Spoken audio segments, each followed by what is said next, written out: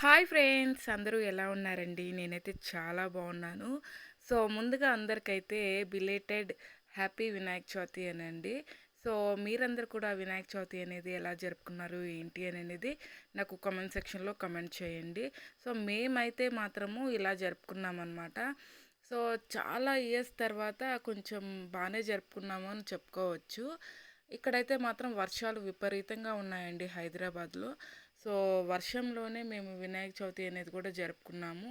ఇంక 3 డేస్ మాత్రము విగ్రహాన్ని అలాగే ఉంచాం. మేమైతే అలా ఉంచమండి.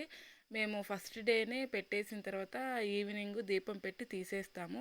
అలాంటిది 3 డేస్ ఉంచాము అనంటే చాలా గ్రేట్ అనమాట మేము. సో, 3 డేస్ ఉంచి ఆ తర్వాత మేము నిమజ్జనానికి తీసుకెళ్ళాము. నిమజ్జనంది షార్ట్ వీడియో అనేది నేను పెడతాను. అది కూడా చూసేయండి. మేమైతే మాత్రము లడ్డు అనేది గోధుమ రవ్వతో చేసేసామన్నమాట. ఇక్కడొచ్చేసి చూసారు కదా! ఇంకా మొత్తం కూడా మేము ముందు రోజు కొంచెం వస్తువులు అవి ఇవి అన్నీ తెచ్చుకున్నాము.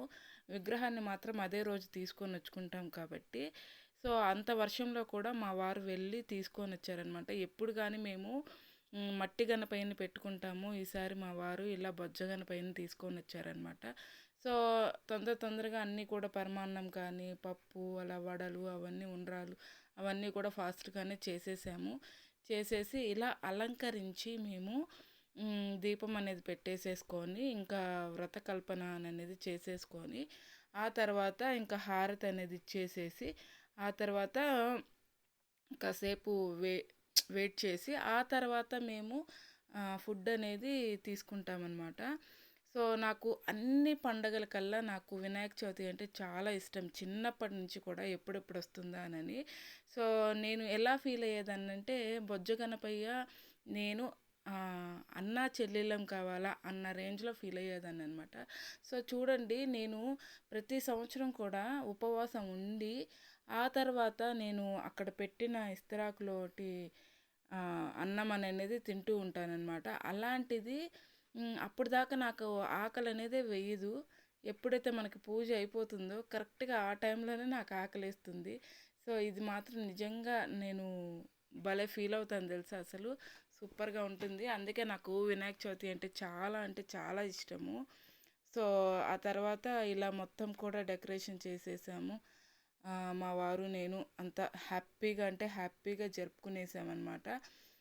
మీ అందరికీ కూడా ఎలా అనిపించింది, ఏంటి అనేది నాకు కామెంట్ సెక్షన్‌లో చెప్పండి. మీరందరూ కూడా ఎలా జరుపుకున్నారు అనేది.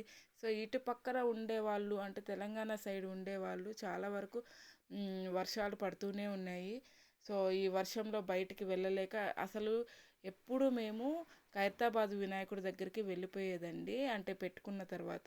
అలాంటిది ఈసారి మేము ఖైరతాబాద్ వినాయకుడి దగ్గరికి కూడా వెళ్ళలేకపోయాము అంటే ఫస్ట్ డే.